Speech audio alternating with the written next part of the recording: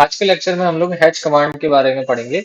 कैसे यूज करते हैं, क्या यूज है इसका, किस किस ऑप्शंस को हम लोग इसके अंदर यूज कर सकते हैं। इस पूरे लेक्चर के अंदर मैं डिटेल में बताऊंगा, समझाऊंगा।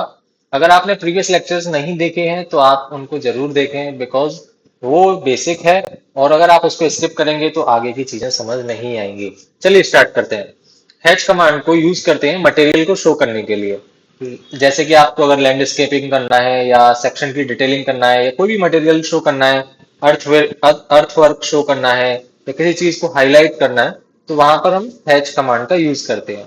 तो हैच कमांड का शॉर्टकट क्या है, पहले उसकी बात करते हैं। देखो, हैच कमांड का शॉर्टकट है एच एंटर। ठीक है। जैसे ही आप एच एंटर करेंगे, ऊपर की साइड आपको रिबन बार में काफी सारे ऑप्शंस दिखाई देंगे, है ना। अब सपोज मुझे यहाँ पर क्या करना है कि मुझे किसी ऑब्जेक्ट के अंदर हैच क्रिएट करना है। तो पहले मुझे ऑब्जेक्ट को लेना पड़ेगा। तो सबसे पहले मान लो मैं एक ऑब्जेक्ट बना लेता हूँ और ये ले लेता हूँ मैं एक, सपोज ये मेरा एक कॉलम है। ठीक है। इस कॉलम को मैंने बनाया और इसके अंदर मुझे हैच डालना है। तो क्या करना पड़ेगा, एच एंटर। एच एंटर से हैच कमांड एक्टिव हो जाएगी। फिर इसके बाद मुझे इसके अंदर सेलेक्ट करना है कि किस टाइप का हैच मैं डालना चाह रहा हूँ। तो यहाँ पर आपको मिडिल में तीन ऑप्शंस दिखेंगे, सॉलिड, ग्रेडियंट, पैटर्न। चौथा ऑप्शन यूजर डिफाइंड होता है, वो आपको खुद क्रिएट करना पड़ता है।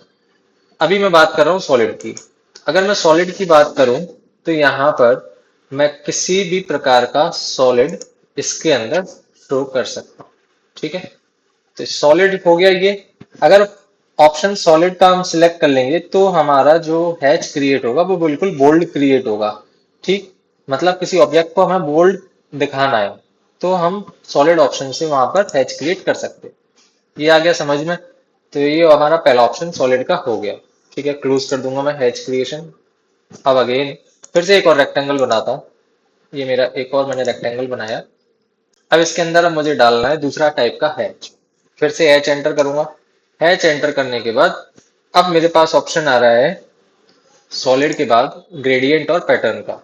ग्रेडियंट अभी हम लोग बाद में समझेंगे, पहले बात करते हैं पैटर्न की। तो पैटर्न को जैसे ही मैं सिलेक्ट करूंगा, इसमें मैं कितने भी प्रकार के पैटर्न्स यहाँ से सिलेक्ट कर सकता हूँ। ये देखो आप, एन नंबर ऑफ पैटर्न्स हैं जिनको मैं इसके अंदर सिलेक्ट करके हैच कर सकता हूँ।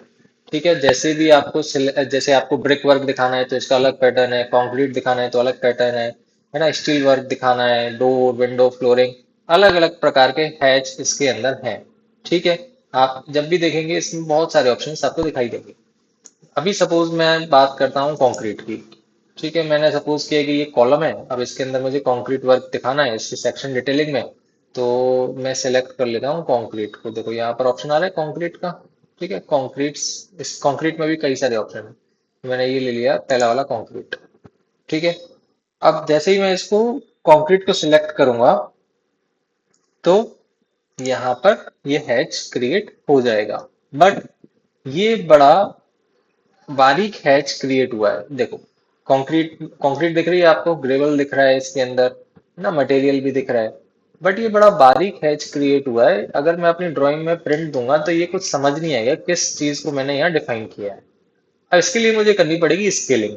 स्केलिंग से क्या होता है कि जितना भी हैच होता है उसको कम या ज्यादा करने का ऑप्शन हम लोग स्केलिंग के थ्रू एक्टिव कर लेते हैं।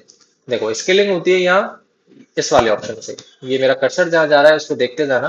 मैंने यहाँ से या तो मैनुअली वैल्यू को पुट करके चेंज कर सकता हूँ या फिर अप एंड डाउन एरो से भी इसको चेंज कर सकता हूँ। जैसे ही मैं इसकी वैल्यू को अप करूंगा, वैल्यू अप करता जाऊंगा, देखो, अब देखो, अब मेरा कंक्रीट क्लियर दिखाई दे रहा है। समझ आ रहा है। और मैं इसको बढ़ाता जाऊंगा।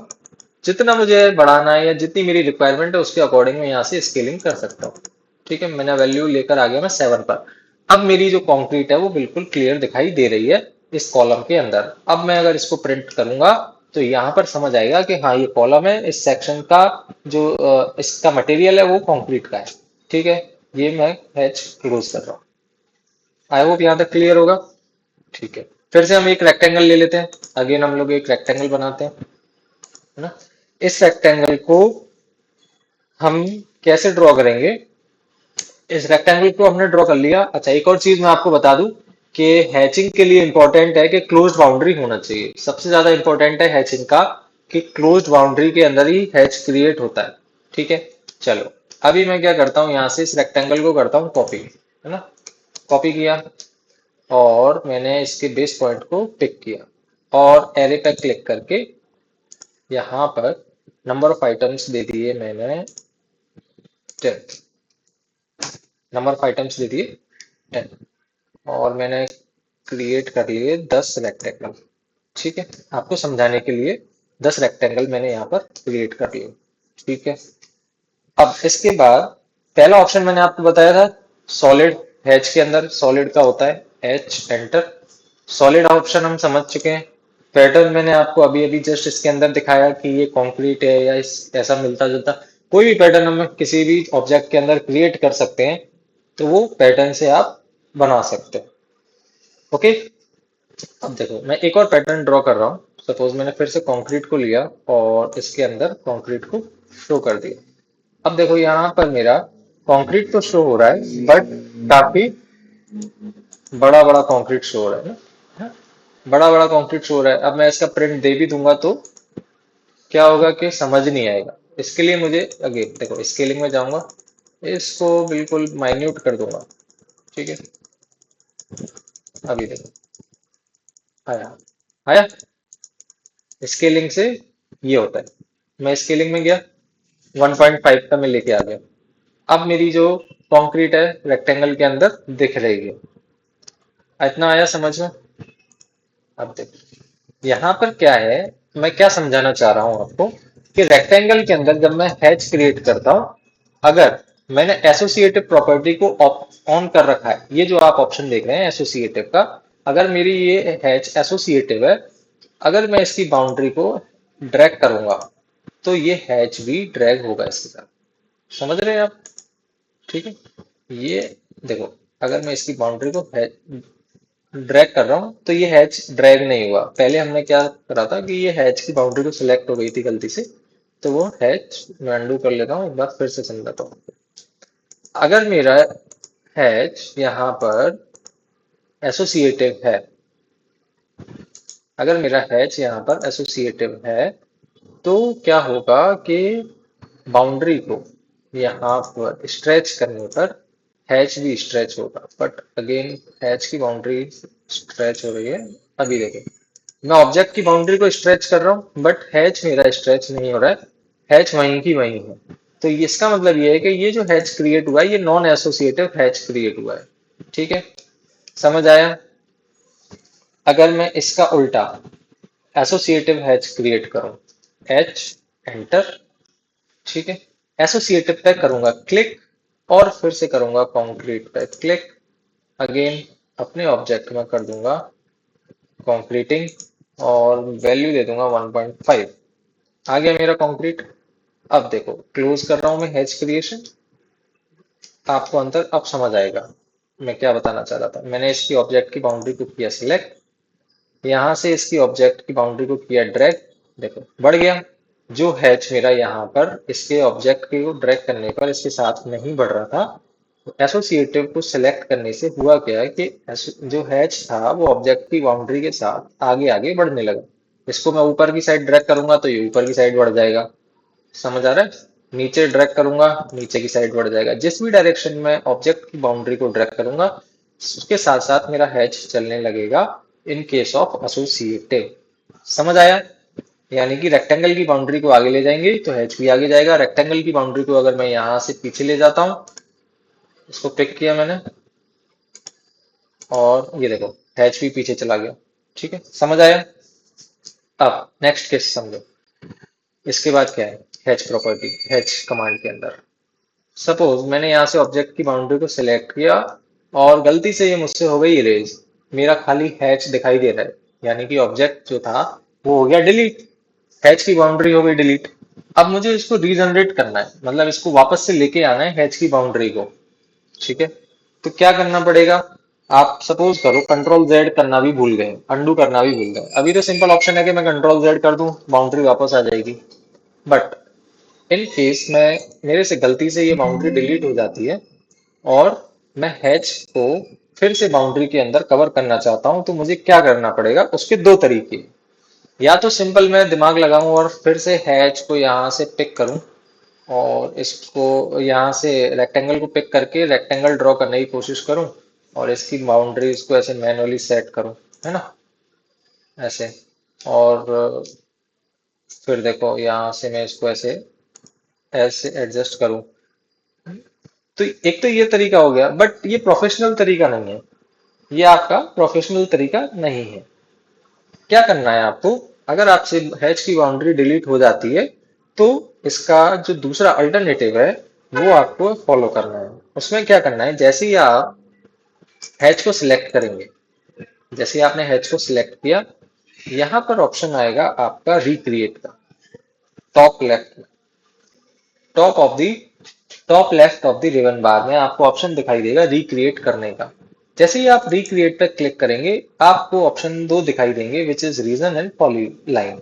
ठीक है, यहां तक समझ आया।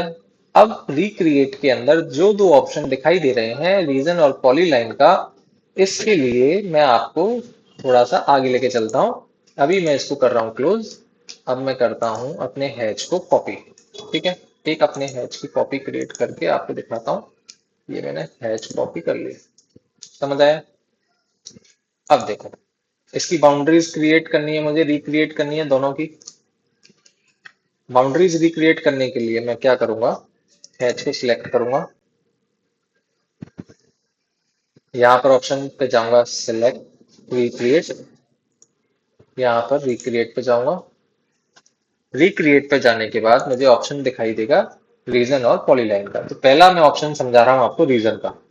चलो, रीजन जैसे ही मैंने क्लिक किया, उसके बाद पूछ रहा है मुझसे associate hatch with new boundary. मैंने कहा यस, ठीक है। तो मेरी जो ओरिजिनल बाउंड्री थी वो एज इट इज यहाँ पर आ चुकी है, समझ आया। अब मैं नीचे वाले हैच को सिलेक्ट करता हूँ, फिर से ऑप्शन पे जाऊंगा रिक्रिएट के। अब मैं ड्रॉ कर रहा हूँ पॉलीलाइन। पॉलीलाइन में फिर से मुझे ऑप्शन पूछ रहा है associate hatch with new boundary. मैंने कर दिया यस, ठीक है, क्लोज कर दिया। अब देखो, रिक्रिएट के अंदर जो दो ऑप्शन थे, विच इज आपका रीजन और पॉलीलाइन, इन दोनों में क्या डिफरेंस है। पहला वाला जो मैंने यहाँ पर बाउंड्री रिक्रिएट किया, ये रीजन के थ्रू क्रिएट किया है। अब देखो, यहाँ पर मेरे पास कितने नोड्स आ रहे हैं, 1 2 3 4। और नीचे वाला जो मैं ऑब्जेक्ट सिलेक्ट करूंगा, इसकी बाउंड्री सिलेक्ट करूंगा, यहाँ पे कितने नोड्स आ रहे हैं, 1 2 3 4 5 6 7 8, मतलब मिडिल वाला नोड भी यहाँ पर एक्टिव है। अब आप बोलोगे सर इससे हमें क्या फर्क पड़ता है, मतलब बाउंड्री तो रिक्रिएट हो ही गई ना। लेकिन देखो, मेन अंतर कहाँ आएगा, आप जब भी इसको सिलेक्ट करके मूव करने की कोशिश करोगे, यानी कि इसकी बाउंड्री के साथ कुछ भी करने की कोशिश करोगे, तो ये पूरा का पूरा ऑब्जेक्ट आगे बढ़ जाएगा। बल्कि इसमें क्या होगा, सेकंड जो हमने ऑप्शन क्रिएट किया था, रिक्रिएट की थी boundary with the help of polyline, जैसे ही मैं इसकी बाउंड्री को सिलेक्ट करके बाउंड्री के साथ कुछ छेड़छाड़ करूंगा, तो ये हैच भी मेरा आगे बढ़ेगा। मतलब मेरा पूरा ऑब्जेक्ट उठ के इधर उधर नहीं भागेगा, वहीं की वहीं मेरा हैच आगे पीछे एडजस्ट हो सकता है। इसमें आपके पास वो ऑप्शन नहीं है। जैसे ही आप ऑब्जेक्ट सिलेक्ट करोगे, आप अपनी बाउंड्री को ड्रैग नहीं कर सकते, ना आगे ना पीछे ना ऊपर ना नीचे, समझ गए। क्या सिर्फ ऑप्शन बचा, पूरा ऑब्जेक्ट उठ के आपका इधर का उधर भागेगा, है ना। जैसे ही आप बाउंड्री को इधर से उधर मूव करोगे, तो पूरा ऑब्जेक्ट जो है with help with hatch as well इधर से उधर भागने लगेगा। पॉलीलाइन के साथ क्रिएट किए गए हैच में आपको बाउंड्री एडजस्टमेंट की फैसिलिटी मिलेगी। ठीक है, समझ आया। आई होप यहां तक क्लियर है। चले आगे, चलो इसके आगे मैं आपको समझाता हूँ। नेक्स्ट हम देखेंगे कि बहुत सारे ऑब्जेक्ट्स को अगर एक साथ हैच करना है तो क्या करना पड़ेगा। ठीक है, एच एंटर, हैच कमांड हो गई एक्टिव। अब हम यहाँ पर टॉप लेफ्ट कॉर्नर में जाएं तो दिखाई देगा मुझे एक option which is select. Clear है, सिलेक्ट पे जाऊंगा और मैं जैसे ही अपने सारे ऑब्जेक्ट्स को सिलेक्ट करूंगा, ये मैंने कर लिए सिलेक्ट, एक क्लिक के अंदर, सिंगल क्लिक के अंदर क्या हुआ, कितने ऑब्जेक्ट्स में, 1 2 3 4 5 6 7, 7 ऑब्जेक्ट्स के अंदर मेरा एक साथ हैच क्रिएट हो गया। अदरवाइज मुझे क्या करना पड़ता, एक एक ऑब्जेक्ट को सिंगल सिंगल पिक पॉइंट करना पड़ता और वहां से क्या होता, मेरा हैच क्रिएट होता। बट मैंने क्या किया, मैंने हैच कमांड को एक्टिव किया, सिलेक्ट ऑप्शन पे गया, एक साथ सारे ऑब्जेक्ट्स को सिलेक्ट किया और सिंगल क्लिक में मेरा हैच बनके तैयार है सभी के। ठीक है, क्लोज कर देता हूं, मैं यहां से करता हूं इसको अनडू। समझ आया? अब इसके आगे क्या करना है हमें, हैच एंटर करके आगे की चीजों को समझते हैं। देखो अब हम आ जाएंगे middle of the ribbon bar में, यानी कि हम बात कर रहे हैं कलर्स। तो यहाँ पर आप जैसे ही middle of the ribbon bar में देखेंगे तो कलर सिलेक्ट करने के ऑप्शन से आएंगे, जिसमें पहला जो है वो है आपका बाय लेयर और यूज करंट और बाय ब्लॉक, है ना। बाय लेयर में होता है कि जो भी लेयर में आप काम कर रहे हैं, जो लेयर प्रॉपर्टीज में हम जाके क्रिएट कर सकते हैं लेयर्स, वो मैं आपको बाद में सिखाऊंगा। तो उस लेयर का जो कलर आपने डिफाइन किया होगा उसी का हैच क्रिएट होगा। सपोज मैंने मेरे रेड कलर की लेयर थी मेरी और उसी का मैं हैच क्रिएट कर रहा हूँ, तो रेड कलर ही मेरा यहाँ पर फिल हो जाएगा। बट अगर आप अपना खुद का भी कलर कोई चूज करना चाहते हैं तो वो यहाँ से आप सिलेक्ट करके फिल कर सकते हैं। ओके, इसके अलावा मुझे अगर इसके बैकग्राउंड में कोई कलर चाहिए, सपोज ये मेरा कंक्रीट है ना।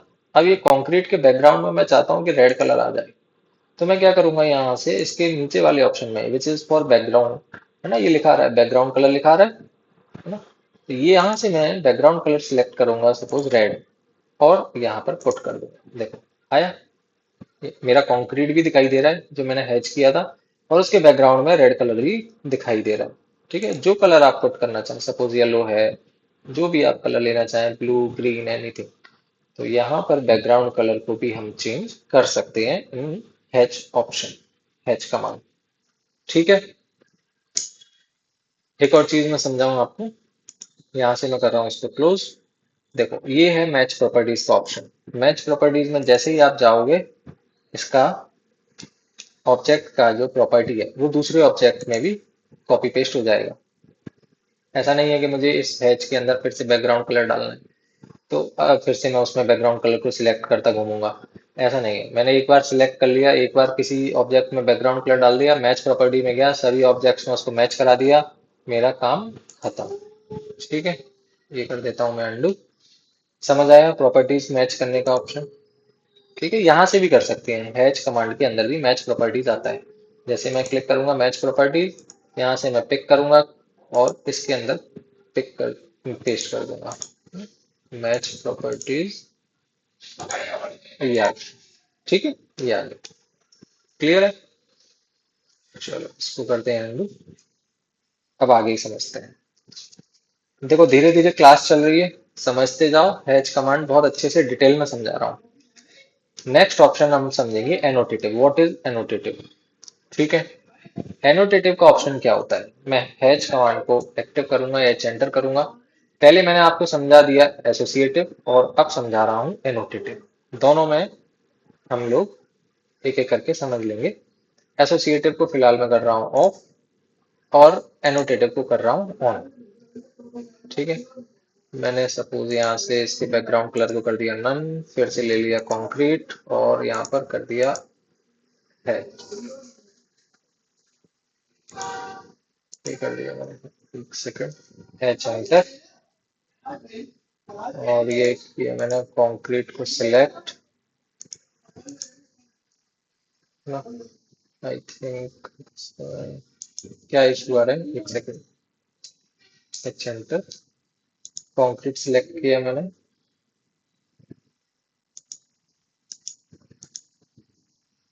बाय लेयर पैटर्न में गया। ओके ओके ओके, इशू क्या आ रहा है कि यहाँ से हमने इसकी ट्रांसपेरेंसी को बढ़ा देना है या इसकी वैल्यू को बढ़ा देना है। एच स्टैंड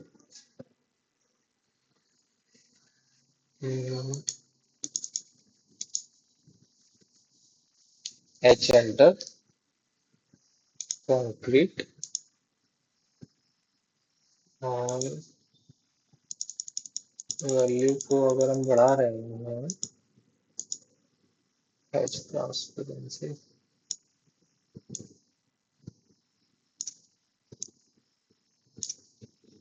हम्म, ठीक है। चलो अभी सॉलिड से ही समझते हैं। पैटर्न में कुछ इशू आ रहा है। मैंने वापस से सॉलिड ले लिया। अब ये सॉलिड जब मैंने सिलेक्ट करके यहाँ पर क्लिक करके ले लिया है, तो मैं आपको एनोटेटिव की प्रॉपर्टी समझा रहा था। एनोटेटिव क्या होता है? अगर मैं यहाँ से एनोटेटिव को सिलेक्ट कर लूंगा, इसको एनोटेटिव स्केल को ऑन कर लूंगा, तो क्या होगा कि जैसे ही मैं इसके बॉटम में जाऊंगा और यहाँ से स्केल चेंज करूंगा, तो ऑटोमेटिकली क्या होगा कि हैच मेरा चेंज हो जाएगा, कम या ज्यादा हो जाएगा। अदरवाइज मुझे क्या करना रहता है, जैसे ही मैं हैच में जाऊंगा और यहाँ पर इसकी प्रॉपर्टीज को यहाँ से मॉडिफाई करना रहता है, स्केलिंग को, है ना।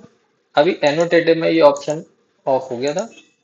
अभी ये देखो, जैसे ही मैं एनोटेटिव को सिलेक्ट करके यहाँ से इसकी स्केल चेंज करूंगा, सपोज मैंने ले लिया 1:1, जो मेरा जो, देखो ये डिफरेंस क्रिएट हो रहा है। पैटर्न में वो डिफरेंस क्लियरली समझ आता है ना। ये देखो, एक सेकंड मैं आपको इस वाले पे समझाता हूँ। ये वाला मेरा हैच है, ठीक है। ये मैंने एनोटेटिव ऑन कर लिया। यहाँ से मैं इसकी स्केलिंग चेंज कर रहा हूँ। देखो ये हो गया 1:100। अब आया प्रॉब्लम समझ में? प्रॉब्लम क्या आ रहा था? जैसे ही मैं इसकी स्केलिंग को 1:1 कर रहा हूँ, वापस से मेरा हैच दिखाई दे रहा है ना। जितना स्केल मैं यहाँ रखूंगा, सपोज मैं यहाँ स्केल रखता हूँ, लेट से 1:50, 1:50, ठीक है। Okay, scale, okay. 1:50 को मैं ऐड करूंगा और ओके करूंगा। मैंने ये हैच को सिलेक्ट किया, एनोटेटिव मेरा ऑन है, और मैं न्यू स्केल में जाऊंगा और ये स्केल देखो, मैंने 1:50 स्केल दे दिया, तो ये इस तरीके से शो होने लगा। तो सारा खेल स्केलिंग का है हैच के अंदर। अगर स्केलिंग कम है तो हैच मेरा अच्छे से दिखाई देगा, और इस टाइप से आप अपनी ड्राइंग के अकॉर्डिंग हैच को एडजस्ट कर सकते हैं। क्लियर है? चलो अब मैं समझाता हूँ आपको। हैच को अगर मैं किसी ओपन बाउंड्री के अंदर लगाना चाहूँ, तो क्या वो हैच काम करेगा? Answer is no. मैंने ये एक बाउंड्री ड्रॉ कर ली। सपोज ये मेरा एक कोई प्लॉट है, और मैंने इसको बिल्कुल क्लोज ले जाके यहाँ पर ओपन छोड़ दिया। अब ओपन छोड़ दिया तो क्या होगा? क्या मेरा हैच काम करेगा? एच एंटर, लेट्स सी के काम करता है या नहीं। मैं पैटर्न सिलेक्ट कर लेता हूँ और ले लेता हूँ लेट्स से कंक्रीट, और या दूसरा वाला कंक्रीट ले लेता हूँ। एरिएटेड कंक्रीट की जगह हम लोग सिलेक्ट कर लेते हैं,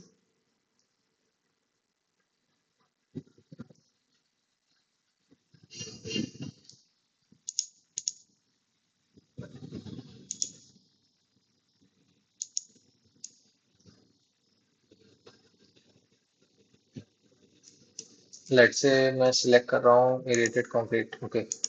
तो देखो क्या क्या पॉपअप आ रहा है, a closed boundary can not be determined. तो जब भी हैच करना हो तो इंश्योर करो कि आपकी जो बाउंड्री है वो क्लोज्ड रहे। ओपन बाउंड्री में हैच काम नहीं करेगा। बल्कि आपको यहाँ पर दो रेड कॉर्नर्स भी दिखाई दे रहे होंगे, ये देखो, ये दिखाई दे रहे हैं दो रेड कॉर्नर। अब ये रेड कॉर्नर गायब कैसे करना है? क्योंकि आपने हैच को क्लोज कर दिया, लेकिन ये रेड कॉर्नर गायब नहीं हुए, है ना। देखो अभी भी दिखाई दे रहे हैं। अब ये एक नया मसला खड़ा हो गया कि रेड कॉर्नर और आ गए, हैच तो क्रिएट हुआ नहीं। इनको गायब करने का तरीका है आर ई एंटर, ठीक है। आर ई एंटर मतलब मैंने मॉडल की रीजनरेटिंग कर दी। आर ई एंटर से रीजनरेट कमांड एक्टिव हो जाती है। मॉडल की रीजनरेटिंग में जो भी एरर होता है वो हट जाता है। क्लियर है? ठीक है, एक और एग्जांपल देके समझाऊं। ये देखो, ये मेरा एक ऐसा कोई प्लॉट था। अब इस प्लॉट की मेरी बाउंड्री जो थी वो मुझसे ड्रॉ करते टाइम ओपन रह गई, ठीक। मैंने हैच एंटर किया और कोशिश की कि यहाँ पर हैच लग जाए, बट पॉपअप क्या आ गया? A close boundary can not be determined. क्यों? क्योंकि मेरी जो बाउंड्री थी वो ओपन है, इस वजह से यहाँ पर हैच काम नहीं कर रहा है। बल्कि दो रेड ऑप्शंस, दो रेड कॉर्नर और आ गए हैं, जो कि हैच कमांड क्लोज करने के बाद भी दिखाई देते हैं। है ना, जूम आउट करने पे और बड़ा दिखाई देगा। इसको हटाने के लिए मैंने क्या बताया था, R E enter. R E enter जैसे करोगे मॉडल की रीजनरेटिंग हो जाएगी, तो जो भी एरर है वो गायब हो जाएगा। क्लियर है? अब कभी कभी क्या होता है कि हम ड्रॉ तो सही कर रहे होते हैं, सपोज मैंने यहाँ से एक रेक्टेंगल बनाया, मेरा एक ये प्लॉट है और मैंने इसमें ऑफसेट दिया सपोज एक फिट का ना, ऑफसेट कमांड के थ्रू, और यहाँ पर फिर भी मेरा हैच कई कई बार एक्टिवेट नहीं होता है, या मेरे से ऑब्जेक्ट की जो बाउंड्री है वो ओपन रह गई, बट मैं आइडेंटिफाई नहीं कर पा रहा हूँ कि वो ओपन कहाँ से है, और मुझे लगाना है हैच। करना क्या पड़ेगा, मैं करूंगा इसको जूम आउट, जितना जूम आउट हो सकता है कर लो। जूम आउट कर लिए, हैच एंटर करूंगा और अपने हैच को यहाँ से पिक करके इसके अंदर डाल दूंगा। ठीक है, ये देखो अभी दिखेगा, दिख रहा है, आ गया। कैसे आया? अभी तो आपने बताया था सर कि बाउंड्री ओपन है, हैच क्रिएट नहीं होगा, और अभी आप कह रहे हो कि सर मैं यहाँ पे हैच आ चुका है। ये कैसे हुआ? ये ऐसे हुआ कि जब भी मैं ऑब्जेक्ट को जूम आउट करके और हैच क्रिएट करने की कोशिश करूंगा, तो ऑटोकैड बाय डिफॉल्ट ये मान लेगा कि जो मेरा ऑब्जेक्ट है वो क्लोज्ड है, यानी कि इसकी जो एरर था, जो ओपननेस का एरर था, वो ये डिटेक्ट नहीं कर पाता।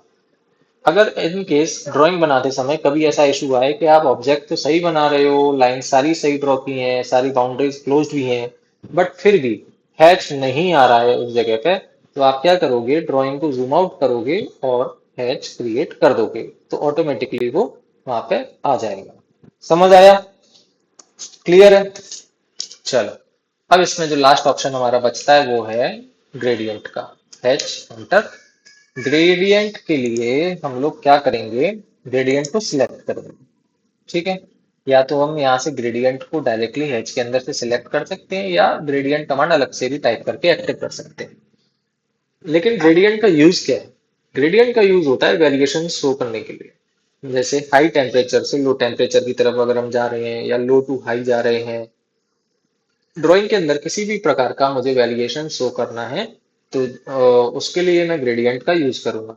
जैसे ड्राई से वेट का, वार्म से कूल की तरफ, कूल से वार्म की तरफ, किसी भी वेरिएशन को शो करने के लिए ग्रेडियंट का यूज होता है, बट इसका यूज बहुत ही कम होता है, फिर भी मैं आपको बता देता हूँ।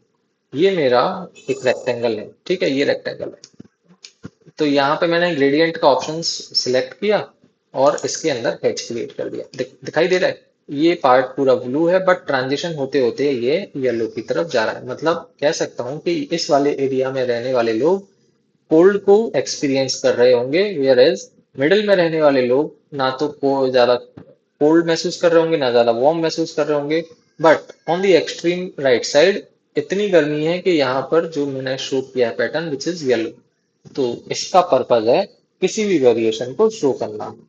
क्लियर है? बहुत ही कम यूज होगा, बट आना चाहिए। ठीक, तो ये थी हमारी फैच कमांड। कैसा लगा आपको लेक्चर, कमेंट सेक्शन में जरूर बताएं। प्रीवियस लेक्चर नहीं देखे हैं तो उनको जाके देखें, कोई डाउट आता है कमेंट सेक्शन में पूछें। नेक्स्ट लेक्चर में इसके आगे की कमांड्स को हम पढ़ेंगे और समझेंगे कि ऑटोकैड से ड्राइंग कैसे बनाई जाती है। तब तक के लिए लाइक करें, सब्सक्राइब करें।